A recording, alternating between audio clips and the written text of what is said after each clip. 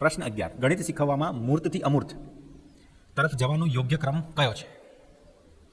તો concrete two abstract એ તરફ જવાનો ક્રમ કયો છે એ આપણે જોવાનો છે. તો સાચો જવાબ આવશે ઓપ્શન બી, સાધન, વસ્તુ, ચિત્ર અને પછી સંકેત, સૂત્ર.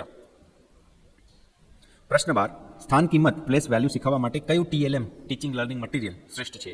તો અહીંયા ટીએલએમ એ પણ તમને ખબર હશે, એનું ફૂલ ફોર્મ થાય છે ટીચિંગ લર્નિંગ મટીરિયલ.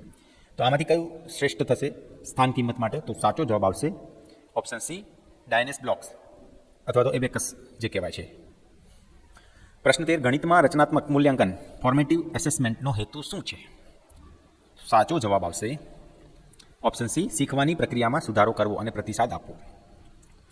પ્રશ્ન 14 ગણિતના અભ્યાસક્રમમાં માપન મેઝરમેન્ટનો સમાવેશ કરવાનો મુખ્ય હેતુ શું છે? તો સાચો જવાબ આવશે ઓપ્શન બી, બાળકના વ્યવહારિક જીવનને ગણિત સાથે જોડવું. પ્રશ્ન 15 જો બાળક અપૂર્ણાંકમાં 1/2 અને 1/3 વચ્ચે તફાવત કરવામાં મૂંઝવણ અનુભવે તો તે કયા પ્રકારની ભૂલ કરે છે?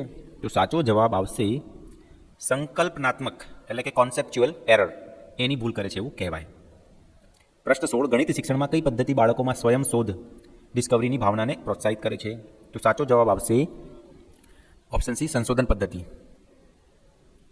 પ્રશ્ન 17 પ્રાથમિક સ્તરે ગણિતના પાઠ્યપુસ્તકની ભાષા કેવી હોવી જોઈએ?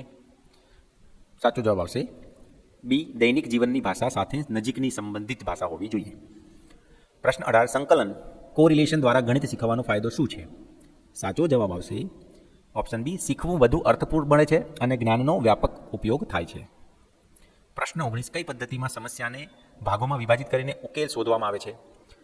સાચો જવાબ આવશે વિશ્લેષણ પદ્ધતિ એટલે કે એનાલિસિસ મેથડ. પ્રશ્ન 20 ગણિત અધ્યાપન સમસ્યાઓમાં શું સામેલ છે? સાચો જવાબ આવશે વર્ગખંડનું વાતાવરણ, શિક્ષકની પદ્ધતિ અને અભ્યાસક્રમની રચના.